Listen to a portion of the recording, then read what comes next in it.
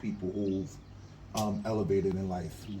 Um, Growing up was rough, dangerous place, but we made it, and I'm here. Yeah. Yeah. So, how many were you from your father's side? How many were you, the children of your daddy? How many? Yeah. My mother and my father. I'm the youngest. Okay. I'm the third born Mensa. I have two older sisters, and then me. Yeah. However, my mom and father separated, and my mother adopted my three younger brothers.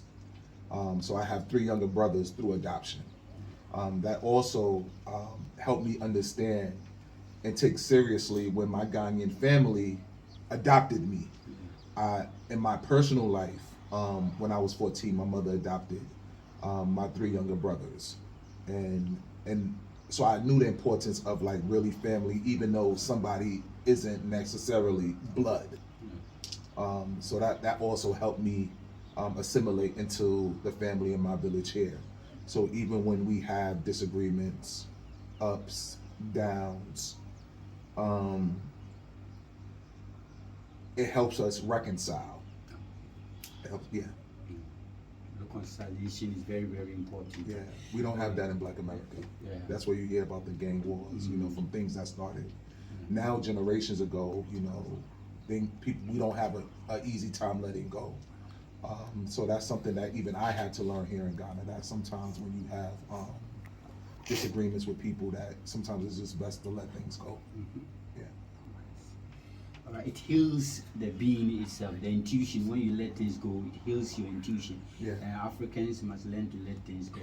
Yeah. Is it because we are blacks in the United States that is causing all this kind of, that is causing all these uproars, guns, killing, and all that in the States? Because people have been talking about it. Black Americans are the killers. They always talk about gun. You don't hear music without hearing gunshots and all that. Why is all these things happening? Is it the white people that have created that, or is our own black perception that is making us do that? It is the white people who's creating that. Yeah. That's called systematic oppression. Systematic oppression. One example that I like to give, and all of the music industry, all racial slurs are banned, are barred. I can't call a white person their racial slur. I can't call an Asian person their racial slur. I can't call a Latino their racial slur. We can't call homosexuals their racist slur. But black people in America are allowed to say the N-word. And the whole world is allowed to say the N-word. That's part of systematic oppression. We have the prison industrial complex, which is a billion-dollar corporation just to send people to jail and have free labor. The real modern day slavery. We have education injustice, where blacks in America are in the places where we receive the lowest quality of education. We have environmental injustice. Black neighborhoods, black villages, we call them projects, are built in the place that has the poorest sanitation and have the most health risk. There's so many different issues that are created by the system that as blacks in America, we are growing and developing in basically a psychotic, chaotic environment. And this is how we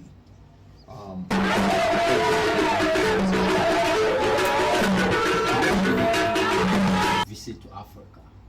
Was this something that was in your heart or your youthful age? Because I read some of your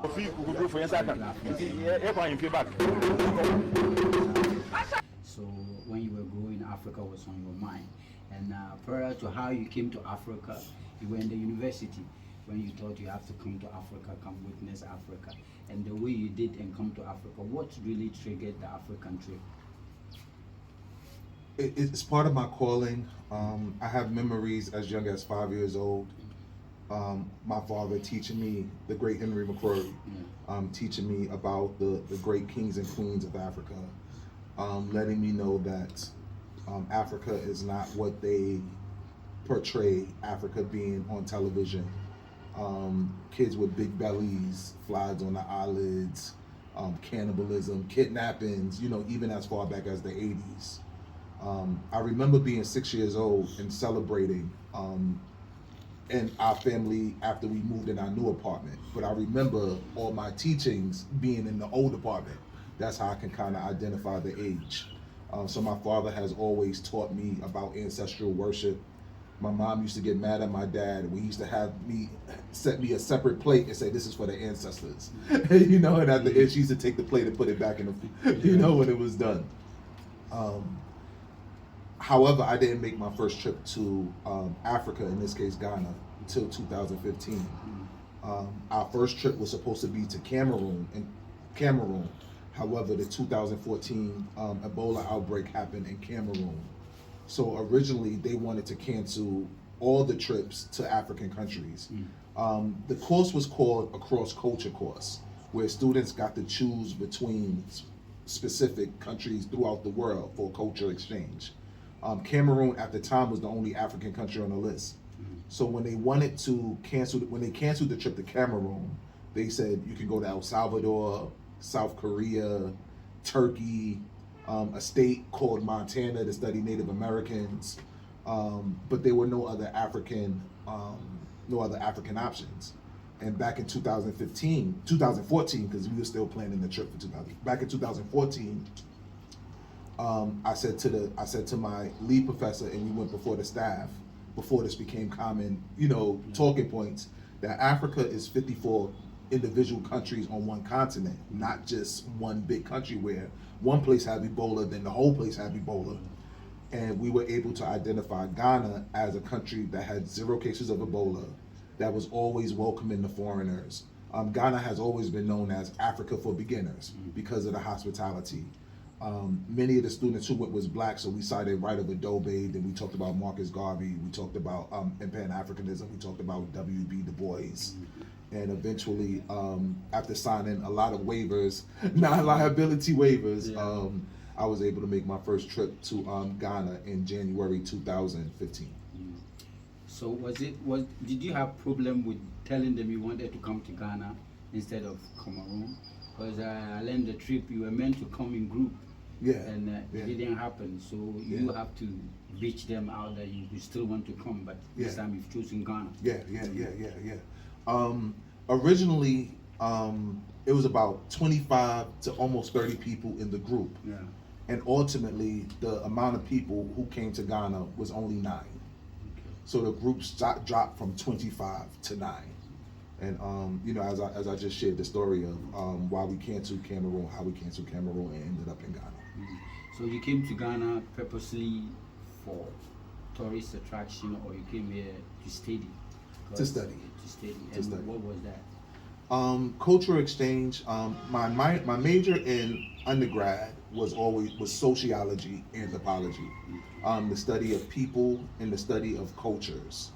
At the time, I was in a school for theology, but more not Christian theology, but more just like spirituality. You know, coming from my father again, my father taught me ancestral worship. I've always had an infatuation with peoples, cultures, and spirituality. And so we came here, so we studied some of the Christian cultures here. We studied some of the Muslim cultures here. And we also studied some of the African spiritualists, traditionalists while we were here. My first trip to Ghana and where I used to stay during my first handful of trips was the eastern region, Akwa Pem. So I do have a lot of friends and family members in Akwa Pom. So that's where I stayed, you know, the first few years when I was here in Ghana.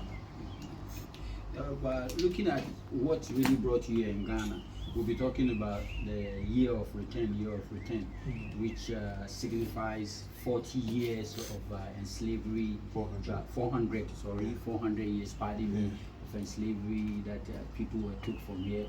Black Africans were took from here to work in the plantations, do a lot of things in the Caribbean, United States of America, and all that. So this was triggering that all the blacks should come back to Ghana, Africa, come develop Africa, because this is where they are coming from.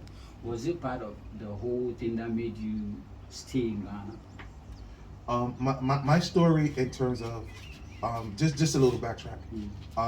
The year return marked the 400-year anniversary of when enslaved Africans were started to be moved to the Americas. You know, whether we were prisoners of war, sold, traded. 1619 was when the first Africans arrived at Jamestown, Virginia. Some people ask, is that a similarity between Jamestown and Accra, where the Dagambe stay, and Jamestown, Virginia?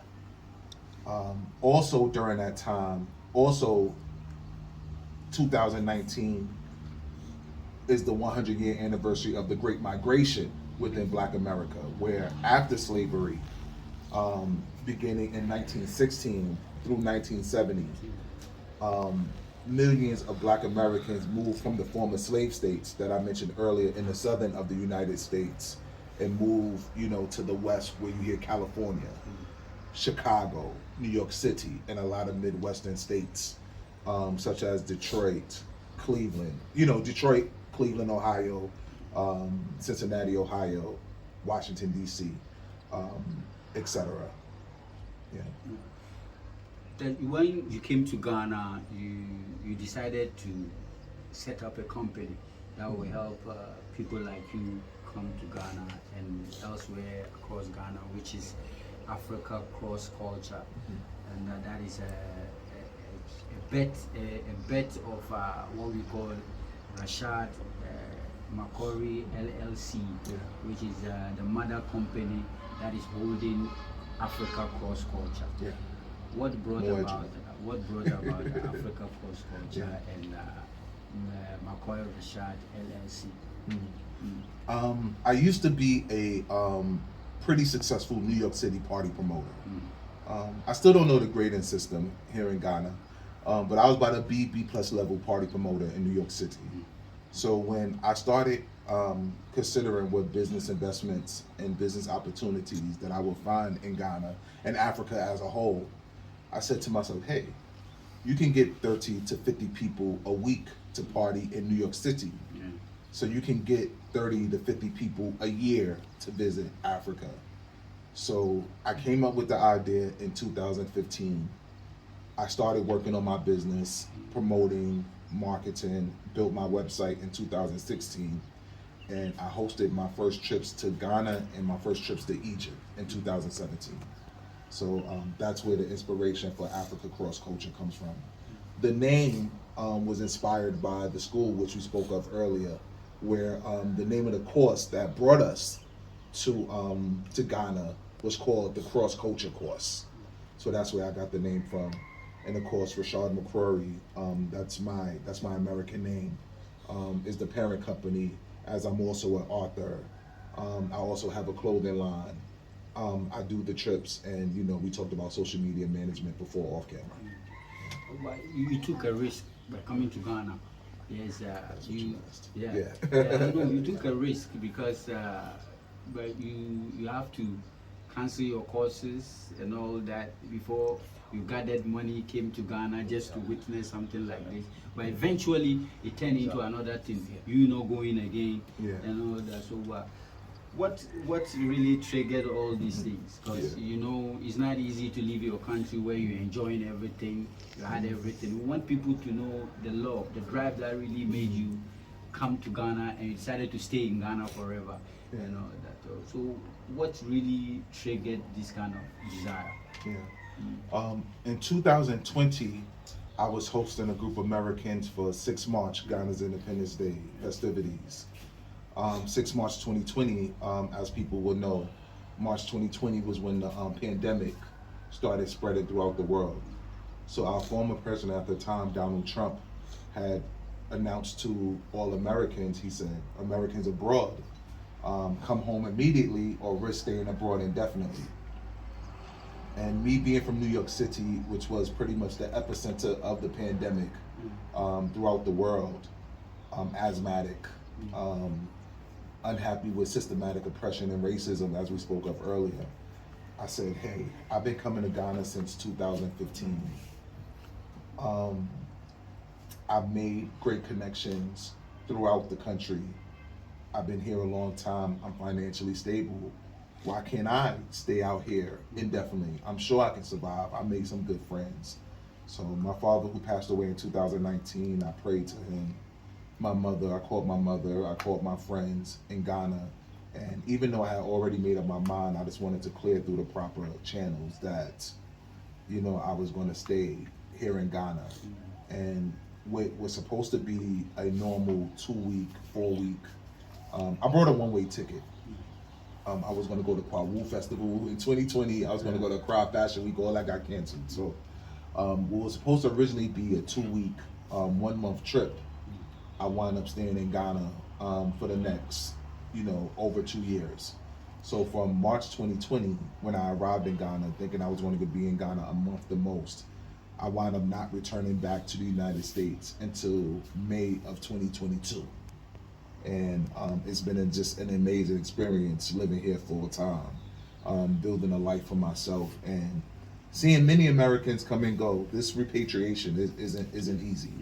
Yeah. That's great. Viewers, we are still talking to Mr. Rashad McCrorey, a very great man.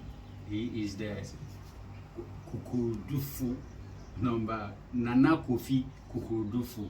Yaka Kukudu, I mean, say he's a strong man, he has a strong heart, and he's also the chief of tourism here in Elmina.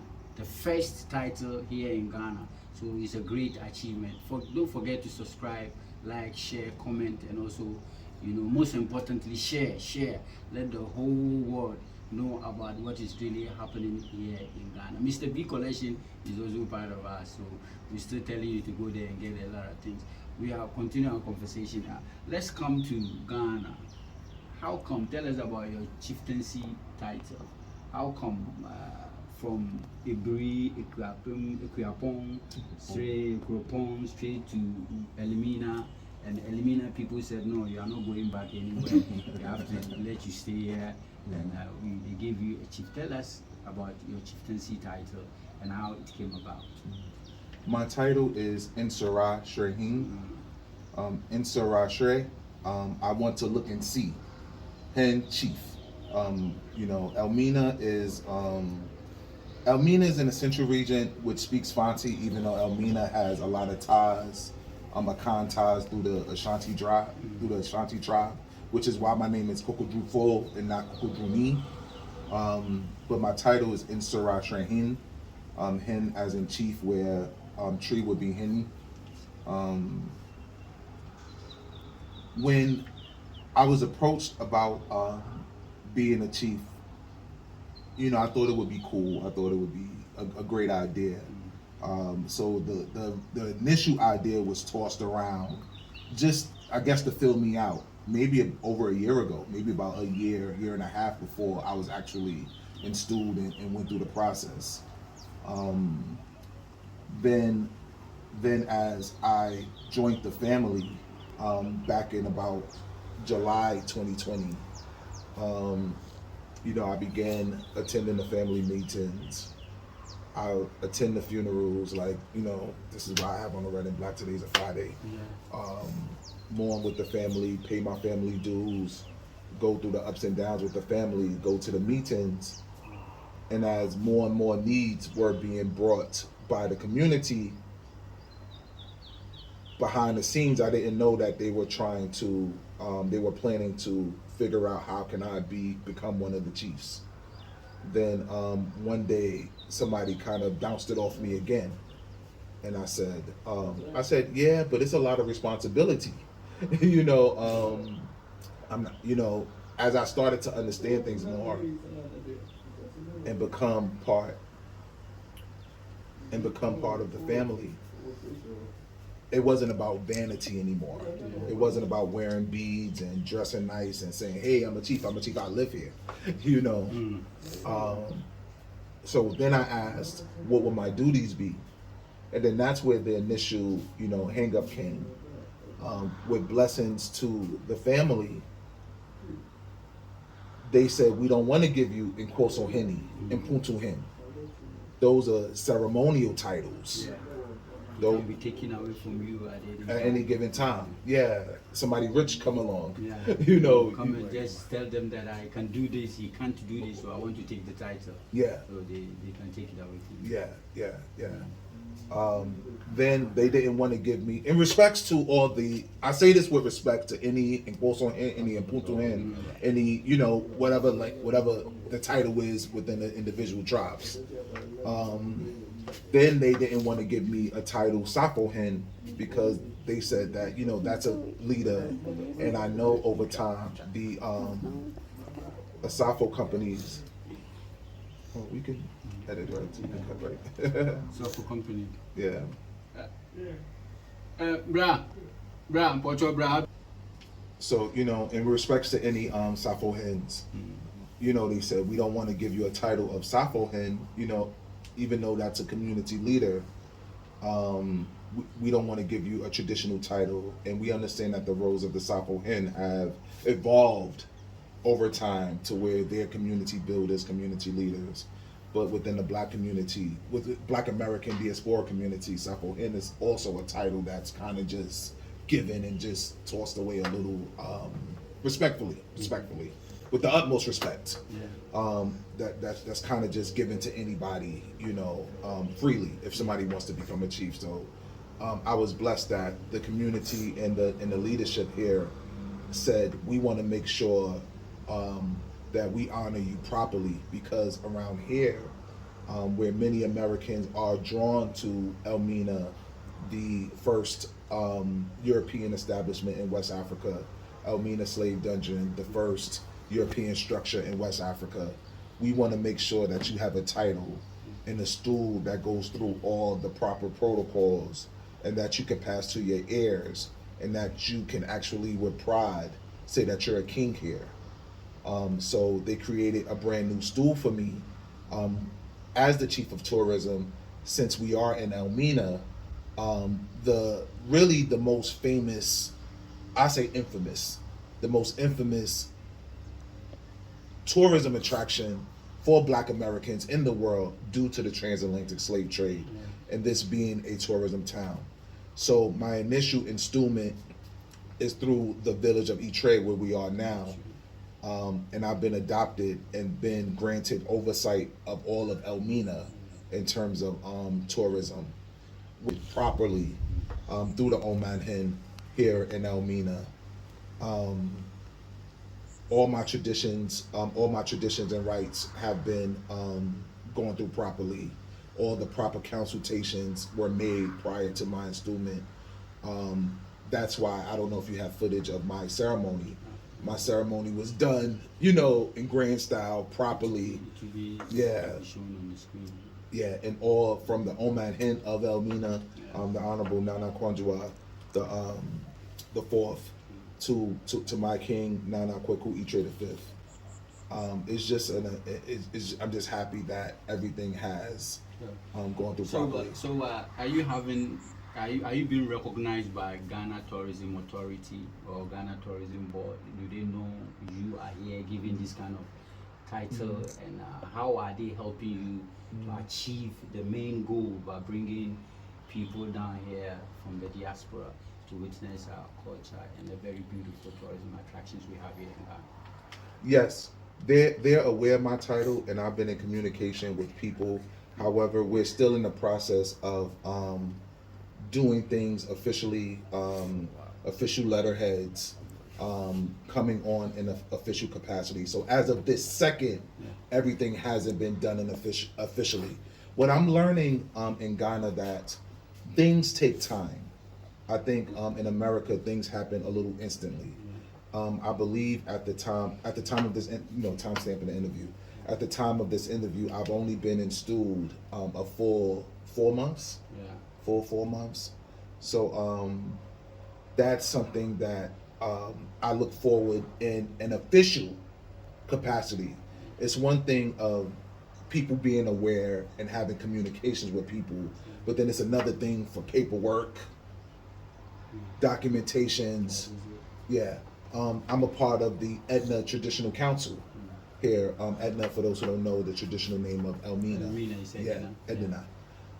However, my Gazette is still not finalized. So everything takes time. Everything takes resources. I still live in Elmina. I don't live in Accra the way I need to yet. Yeah. I'm looking for a home in Accra. So this is one of the things that through consultations, chieftaincy is not a title like president, where you have 4-year terms, 2-year terms. This is something that you are for life. For life, that's true. This title, this chieftaincy, is going to be passed to the heirs of my throne, which goes into your marriage question and things of that nature. You need to. Okay. Yeah. So as far as things being rushed, yeah, I'm from New York, like I said before. I'm from the United States where things go a little bit faster, but this is something that I've committed my life to. So 4 months in, I just had some proper introductions. I haven't officially done any projects and programs, but that's something that we've already, with certain members, have already been discussed and moving forward. But as far as something that I'm big on, paperwork, official, documented, not yet. Yeah. But looking at diasporans, Yeah. you being their head here now in Ghana, a lot of them are complaining about security coming to Africa. They hear a lot about people, snatching their goods, robbery and all that, racism and all sort of things. What are you doing in your capacity as the chief of tourism here in Ghana to help channel that message out there that Ghana is a peaceful place? Because when you look at, when we celebrated the year of return, the reason why it was celebrated here in Ghana is that Ghana have that kind of hospitality. When you come to Ghana, you are safe, because I know there's no case here in Ghana that I've heard that a tourist came and people attacked him and all that. We're not hearing that kind of things here in Ghana. So what will you tell your people out there about security here since you are in charge? Ghana is a safe country. Ghana is known as the safest country in Africa. After, I always have a tough time pronouncing this country. Mauritius. Ghana is known as the second safest country in all of Africa. However, what I also encourage Americans is personal accountability. Don't leave your street smarts behind. I know it's easy to get caught up in the Aquaba, welcome home brother, welcome home sister, we love you, come with me. But a lot of people do prey on unsuspecting tourists. And not all crimes are by gunpoint robberies and horrific.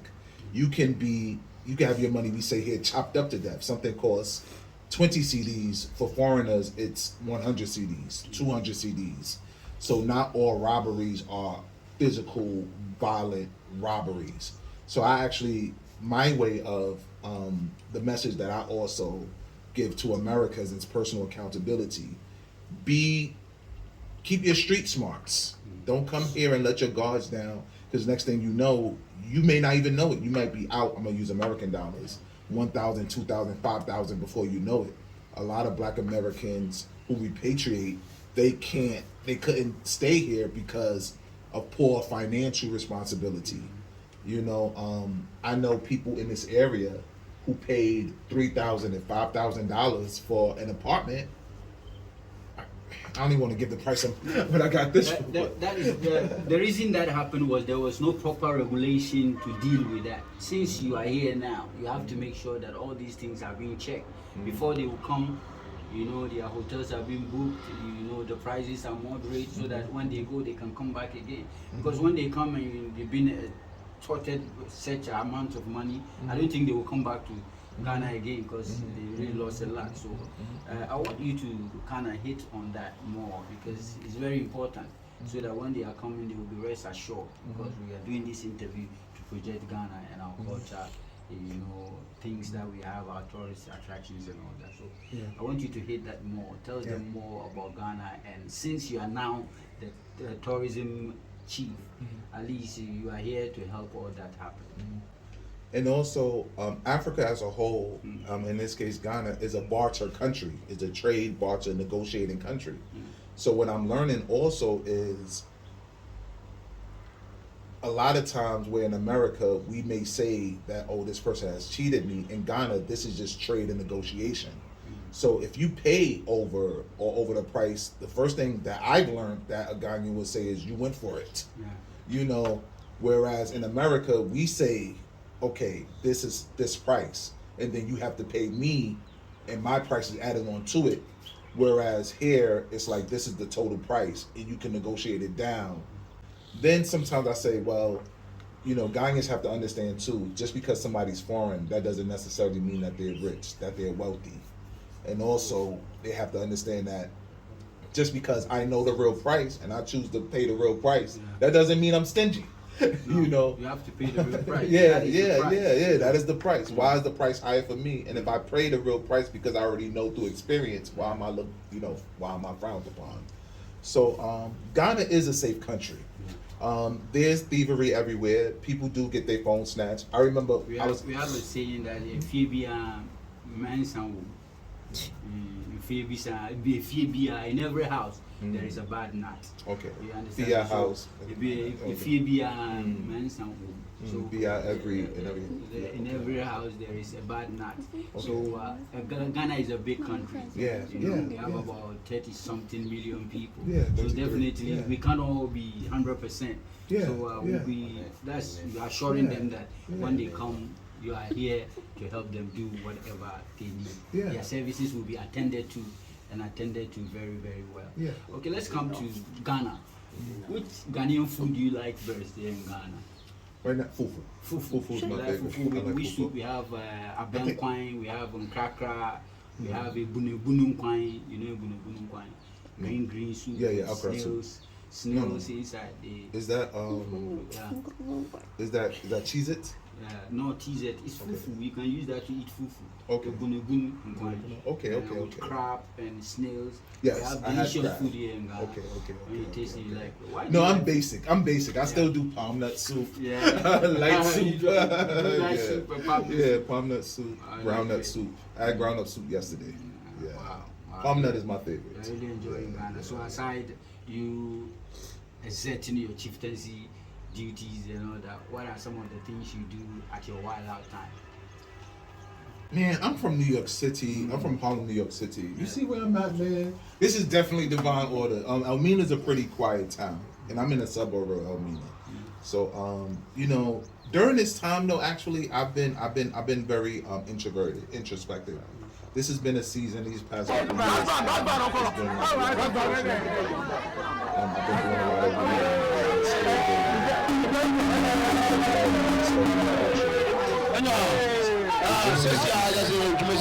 I've been doing a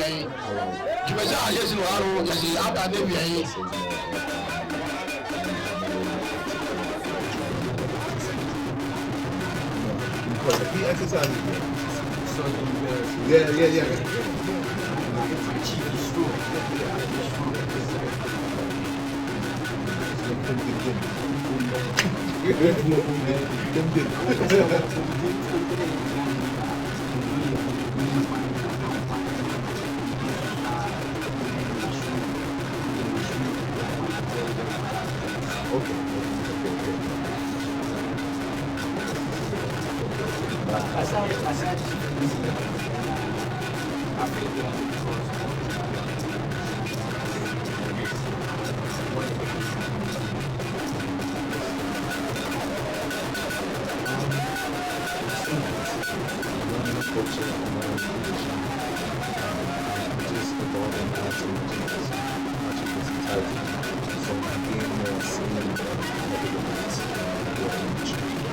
This is the time of transition. You know, I'm not old, but I'm more mature than so whatever the party is. You know, I still travel. That's why I like and right now, I'm still in school. I feel like I'm in school. I'm in Ghana school. I'm learning culture. I'm learning GPC, what are the proper etiquette. This is a brand new culture for me. I practice cultural assimilation. I mean, it's from the critical home American community, the lifestyle, which has its benefits and which is the only life some people will be able to live with, but I choose to assimilate to the culture. So in your video, I saw you stepping.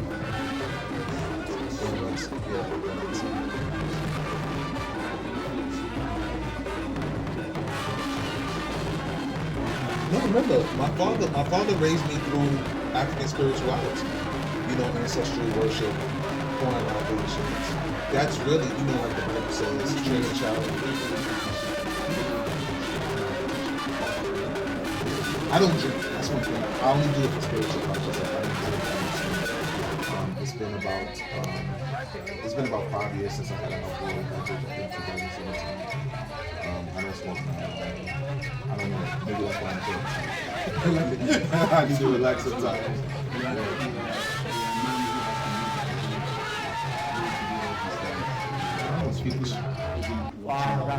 don't judge. Yeah, that's just me and my You need not to judge, because Allah said you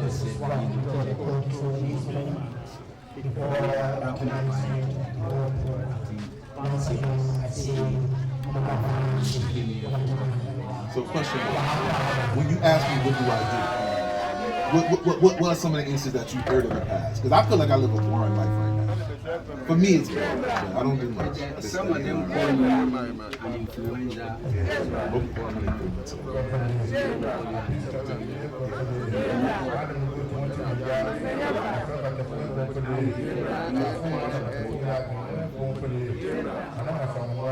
I'm an influencer. I'm verified on Instagram, verified on Facebook. I know I'm involved in out of a tour operator. I'm involved in out of a tour. I don't feel like I'm a tour operator anymore. So that's what I'm trying to right now, because even as a chief now, and I felt this way before, I don't like any and everybody can just pay to get in my space. And respectfully, not all people who travel from America are good people who are traveling, or even pleasurable to be around from jet lag or whatever. I consider myself an influencer in the tour operator. It's just that I'm Rashad McCrorey, now not Kofi. It's a Rashad McCrorey. What are your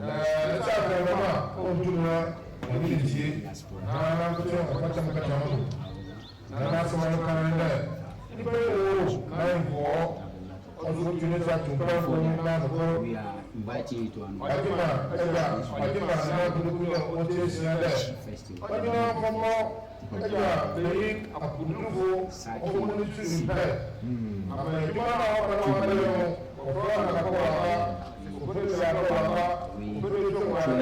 social violence, teenage pregnancy, smoking, all those things in a year.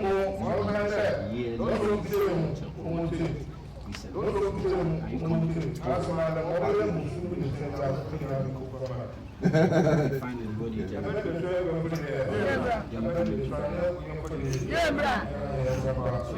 see some of them. Have you visited North Ghana?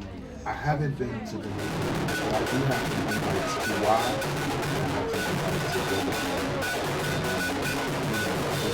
I've been to Tommy.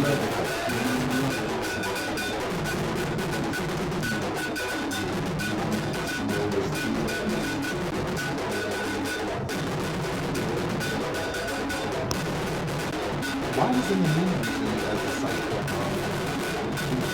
I just read about why being the site for a major event.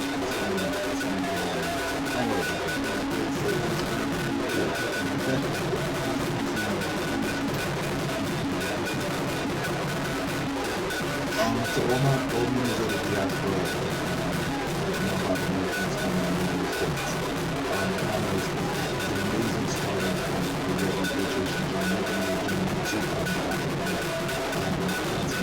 Ghana is no longer here. Just look like Ghana has been doing. Use your doors to come from out of your homeland. So once you come through the door into Ghana, get comfortable, put your coat on, put your shoes on. You can go to different rooms, different rooms for different countries. Ghana is a country that's welcoming and safe. And also has many tourist attractions outside of Ghana. So you can really make several visits to Ghana as you get comfortable and trips and different travels.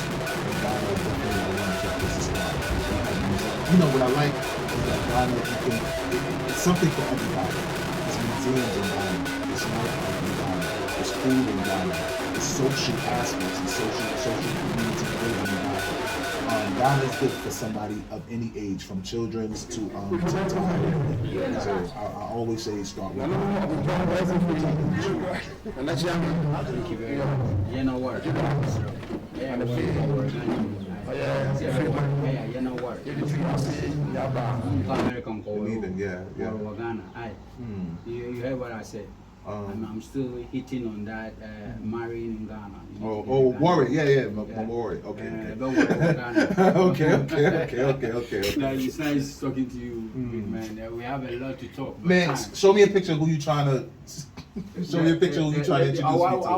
I'm a man. I'm superficial first. Yeah, I will do that. It's very important. But I won't marry a pretty woman just because she's pretty. It is part of our culture. She has to be pretty to get in the door. But that's to get into the door. Then she has to like you. You are a very handsome man. You can marry and all. Oh, I don't have to be handsome. I have to have money, be in shape. Strong, yeah. And that is man.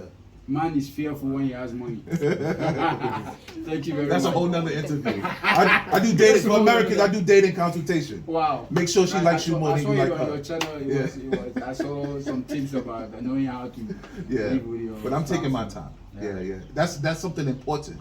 Men, we die young when we marry the wrong spouse. That's another reason men die young around the world. That's why my DOP said he's not married until he has the money.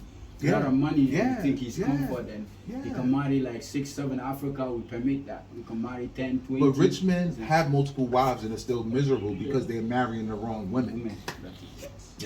You've concluded the whole thing. Thank you. It's hard. Please don't marry a wrong woman. And work on yourself first. Yeah.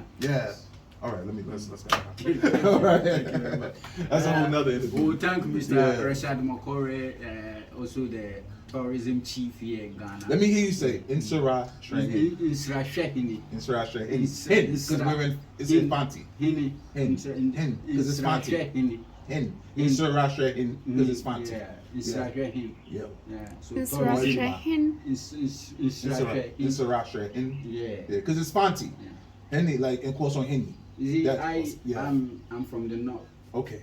I was able to speak the language, so you can also speak it. It's not my language, so I have to learn. Am I making excuses? I'm from I'm from Gunja. I'm gonna take you there, where they get salt. The white water passes through that, What language do you speak? What language? Speak Gunja. Gunja? Yeah, Gunja. I don't smoke ganja. Mahama, former president. Okay, Mahama. Mahama, he's from Gunja. He's from that area. Savannah region. Okay. Yeah, understand. Okay. It's not about ganja. I'm joking. It was a joke. That's great. It's nice talking to Mr. One last thing. How do you say thank you? Thank you. Midasi. In Gonja? Ante awo. Ante awo. That's all right. Thank you. All right. Ladies and gentlemen, thank you very much for being part of us. We will thank our chief, the chief of tourism here in Ghana, Mr. Shahim here in Ghana, Mr. Rashad McCrorey. We thank you very much for this privilege. I know a lot of you out there heard what he said, coming to Africa to repatriate here in Africa and see our culture and our tradition will help Africa to develop. Let's come back and build Africa. It's very important. Let's come pay the money and make Africa a better place. My name happens to be Zuma Dotmadi. I'm your host